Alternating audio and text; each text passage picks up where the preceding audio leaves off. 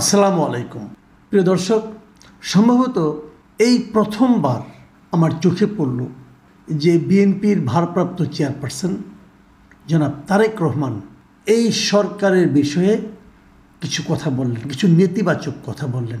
এই প্রথমবার, আমি এর আগে এভাবে এতটা স্পষ্ট করে কখনো দেখিনি। উনি কি বলেছেন? আজকে উনি ঢাকা বার আইনজীবী সমিতি মিলনায়তনে রাষ্ট্র কাঠামো মেরামতের 31 দফা রূপরেখা শীর্ষক একটা প্রশিক্ষণ কর্মশালা হচ্ছিল। সেই প্রশিক্ষণ কর্মশালায় উনি ভার্চুয়ালি যুক্ত হয়েছিলেন এবং সেখানে উনি কিছু কথা বলেছেন। আমি আগেও বলেছি, 31 দফা নিয়ে কিন্তু বিএনপি কখনোই থেমে থাকেনি। আজকেও আমি একটা ঘটনা বলি। আজকে আমি গুলিস্তান এলাকা দিকে গিয়েছিলাম। তো আমি যখন যাই সেখানে সিটি কর্পোরেশন, দক্ষিণ সিটি কর্পোরেশন পার হয়ে সামনে দিয়ে হেঁটে হেঁটে যখন যাচ্ছিলাম আমি দেখলাম রাস্তার উপর উসমানী উদ্যানের এক পাশে বিশাল একটা বিলবোর্ড, বিশাল, এবং সেই বিলবোর্ডটা হলো বিএনপির 31 দফা নিয়ে। সেখানে 31 দফার 31টা দফাই সেখানে উল্লেখ করা হয়েছে। অনেক বড় একটা বিলবোর্ডে 31 দফার সবগুলি দফা সেখানে বেশ বড় বড় হরফে লেখা আছে। মানুষ কিন্তু পড়ছে, আমি নিজেও কোথাও দাঁড়িয়ে পড়লাম ওখানে। তার মানে কি, 31 দফাকে বিএনপি সবসময় সিরিয়াসলি দেখছে এবং এটা আমি আগেও বহুবার বলেছি। এবং সেই 31 দফার উপর ওনারা যে কর্মশালা, সেখানে বক্তৃতা দেওয়ার সময় উনি কী বলেছেন আমি আপনাদের একটু পড়ে শোনাই, তাহলে আপনারা বুঝতে পারবেন। আমি মূল বিষয় যেটা বলেছেন সেটা আমি পরে আসছি, আগে আমি অন্য বিষয়গুলো পড়ে শোনাই দ্রুত, তারপরে আমি ব্যাখ্যায় যাব। তিনি বলেছেন যে আমরা লক্ষ্য করছি যে সরকারের বিভিন্ন কথাবার্তা থেকে এবং বিভিন্ন ব্যক্তি আলোচনা থেকে ফুটে উঠছে যে তারা সম্ভবত তাদের লক্ষ্য থেকে কিছুটা হলেও ক্ষেত্র বিশেষে বিচ্যুত হচ্ছে। তার মানে এই অন্তর্বর্তীকালীন সরকার, তাদের যে লক্ষ্য, এখন লক্ষ্যটা কী, এই লক্ষ্যটা নিয়ে কিন্তু আপনাদের নানা রকম ব্যাখ্যা থাকতে পারে। কেউ বলতে পারেন লক্ষ্যটা সংস্কার, কেউ বলতে পারেন যতদিন থাকা যায় ক্ষমতায় সেটাই থাকার লক্ষ্য, কেউ বলতে পারেন একটা নির্বাচন, কেউ বলতে পারেন একটা গণতন্ত্রায়ন, এমন একটা পদ্ধতি তৈরি করা যে পদ্ধতির মাধ্যমে দেশে একটা স্থায়ীভাবে গণতন্ত্র তৈরি। এই লক্ষ্য কিন্তু পার্সন টু পার্সন ভ্যারি করবে। বিএনপি কী মনে করছে? বিএনপি মনে করছে কিছু সংস্কার এবং সেই সঙ্গে নির্বাচন। তো বিএনপি ওই প্রেক্ষিতে হয়তো বলেছে যে এই সরকার ওদের লক্ষ্য থেকে কিছুটা হলো বিচ্যুত হচ্ছে। এটা কিন্তু একটা বড় অভিযোগ এবং সবচেয়ে বড় দলের সর্বোচ্চ নেতার কাছ থেকে এই অভিযোগটা এসেছে। আপনারা যে বলবেন যে উনি তো সর্বোচ্চ নেতা না, উনি তো ভারপ্রাপ্ত চেয়ারম্যান তো একজন আছেন, চেয়ারপারসন, হ্যাঁ আছেন, চেয়ারপারসন কিন্তু ওনার কাছেই আছেন। কাজেই উনি যে কথাগুলি বলেছেন এগুলি হয়তো চেয়ারপারসনের সঙ্গে আলোচনা করেই বলেছেন, একই বাসায় থাকেন যেহেতু, এখন তো দূরে নেই। কাজেই আমার ধারণা এটা বিএনপির সর্বোচ্চ নেতৃত্বের কাছ থেকে এই অভিযোগটা এসেছে অন্তর্বর্তীকালীন সরকারের প্রতি। অন্তর্বর্তীকালীন সরকার এটাকে গুরুত্ব দেবে নাকি দেবে না? আমি মনে করি দেওয়া উচিত, কারণ অন্তর্বর্তীকালীন সরকার কিন্তু আলাদা কোনো অস্তিত্ব না, এটা সারা দেশের মানুষের সরকার। এখন সারা দেশের মানুষের মধ্যে এখানে অনেকগুলি রাজনৈতিক দল আছে এবং অনেকগুলি রাজনৈতিক দলের মধ্যে সবচেয়ে বড় স্টেক হোল্ডার এই মুহূর্তে হলো বিএনপি। কাজেই গুরুত্ব দিতে হবে ভাই। উনি আরও অনেক কথা বলেছেন, যেমন ধরুন উনি বলেছেন বিভিন্ন ব্যক্তির বিবৃতিতে বিভিন্ন রকমের বিভ্রান্তি তৈরি হচ্ছে, মানুষ বিভিন্নভাবে কনফিউজড হচ্ছে। খুব স্বাভাবিকভাবে রাজনীতিতে যখন কনফিউজ থাকবে, অস্থিরতা তখন দেখা দেবে। এই অস্থিরতার কারণে প্রতিটি দেশের প্রত্যেকটি মানুষ সমস্যার সম্মুখীন হবে। মানে বিভিন্ন ধরনের কথা হচ্ছে, কিন্তু সরকারের মধ্যেই এক একজন এক এক রকম কথা বলছে।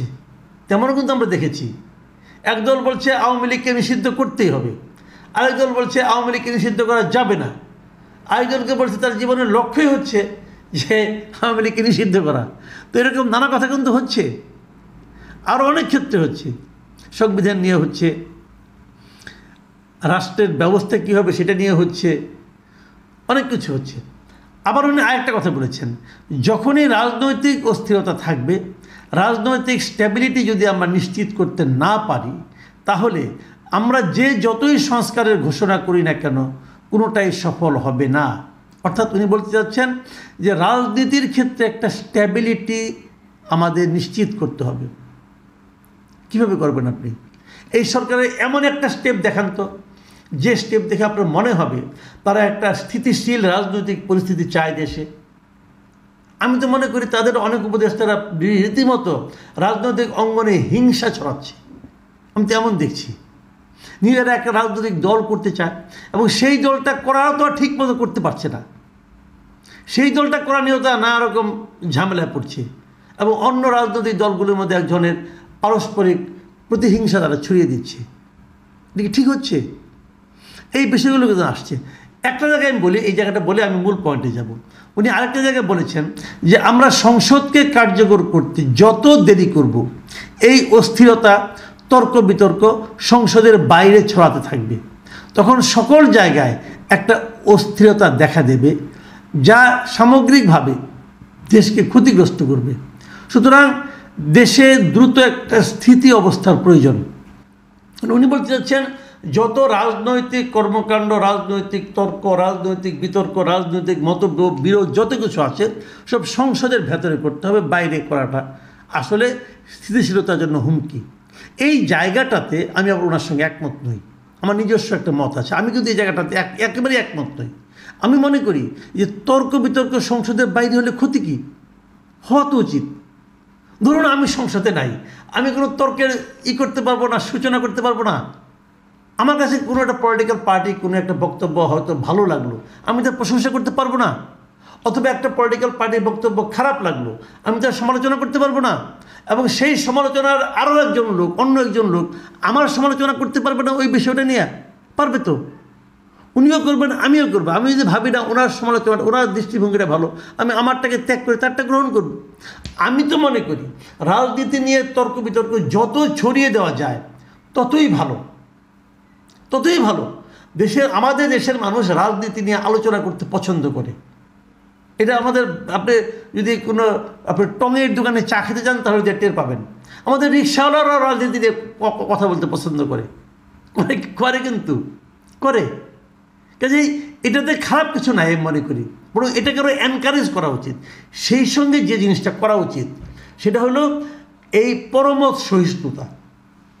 মানে আমার মতের সঙ্গে আরেকজনের মত মিলল না, অতএব তাকে ধরে আমাকে মারতে হবে, এটা করা চলবে না।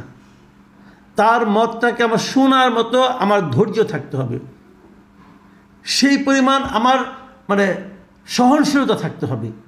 যদি তারটা ভালো হয়, তারটা মানার মতো, তারটা মেনে নেওয়ার মতো আমার মধ্যে উদারতা থাকতে হবে। এই জিনিসটা তৈরি করতে হবে। আমি মনে করি আমাদের পলিটিক্যাল লিডারদের এই জিনিসটা ক্রিয়েট করতে হবে যে আমি যা বলেছি ওইটাই চরম সত্য, তা নয়, এর বাইরেও সত্য থাকতে পারে।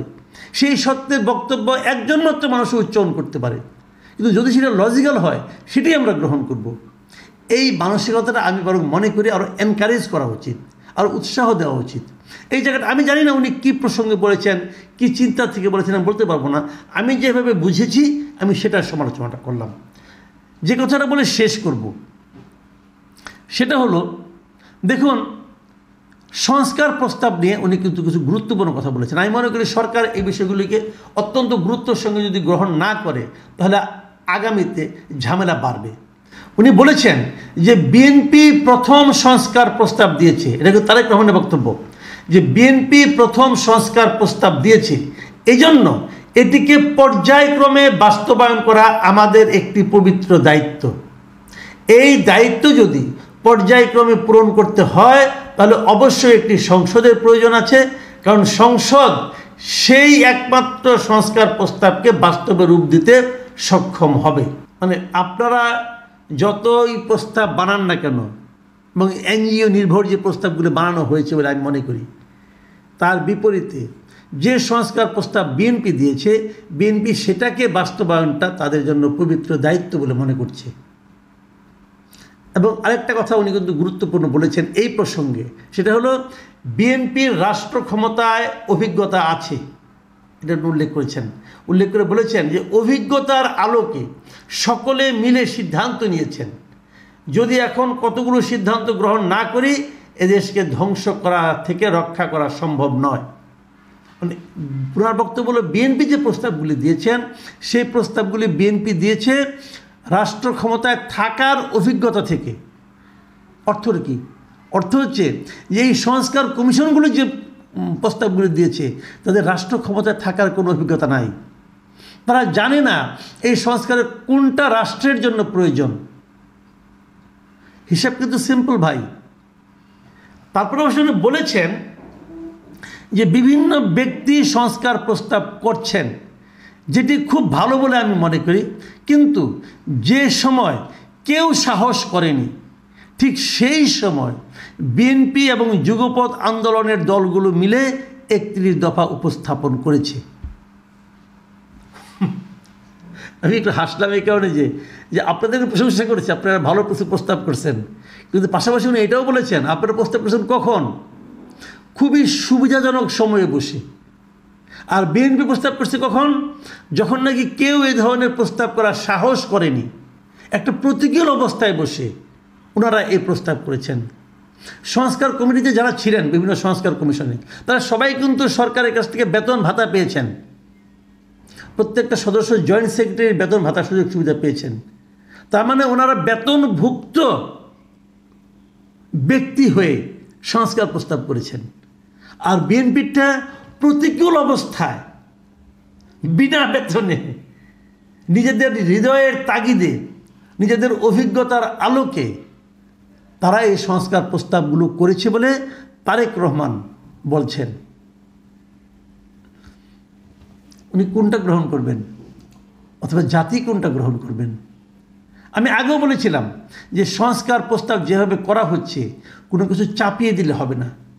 সরকারের উচিত ছিল রাজনৈতিক দলগুলোর সঙ্গে আলোচনা করে সংস্কার প্রস্তাব প্রণয়ন করা। সেই ট্রেন্ড ছেড়ে গেছে অনেক আগে।